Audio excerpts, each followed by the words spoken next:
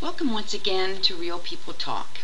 I said that today I would like to talk about the existence of God.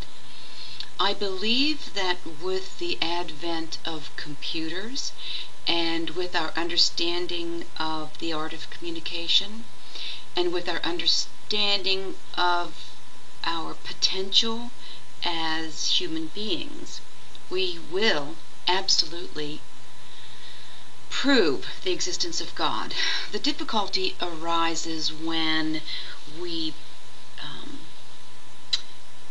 see God as a man, that God and Jesus are synonymous, because this is not true. Yes, Jesus was a very spiritually evolved man who lived on earth.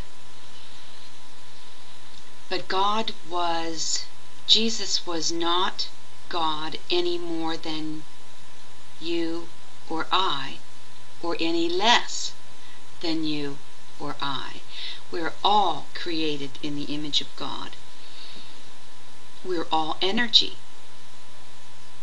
So what difference does that make between God and us? Energy is what exists. God is everywhere, is everything. Omnipresent, omniscient, omnipotent.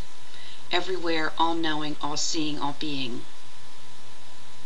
There is nothing that is not God. Even the thought that there is no God is God. So, where do we go with this? We talked about computers yesterday. We talked about energy around in the universe, around the earth. So let's talk today about that energy. And I wanted to kind of express a different viewpoint of NASA. You know that NASA has, for the first time in history, put up the largest, most expensive, most technologically advanced satellite system to orbit around the Earth to gather information about the energy around the Earth. The energy in the form of aurora borealis, coronal mass ejections, solar flares. These emissions of energy greatly affect the Earth. Check into some research for me and look up when the tsunami happened, and I bet you'll see that there was a really large coronal mass ejection, solar flares, right before the tsunami, because the energy affects us. So, anyway, this is very important information, and we need to be very aware that we are energy, and energy affects us. In order to use your iPhone, we have to use energy. We have to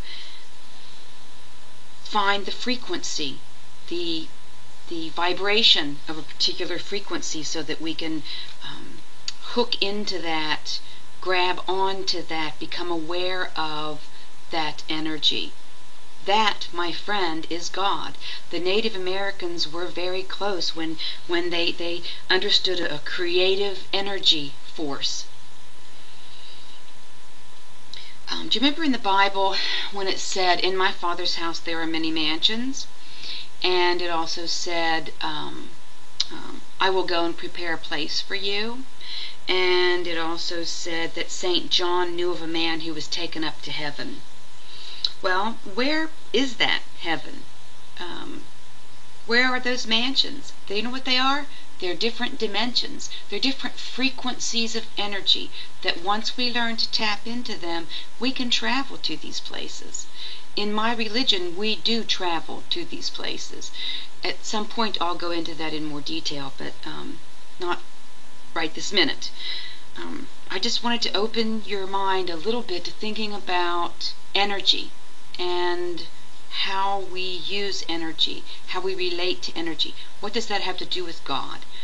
It has everything to do with God, because once we let go of the thought of God as a human being, you can take on a much broader understanding of what God is.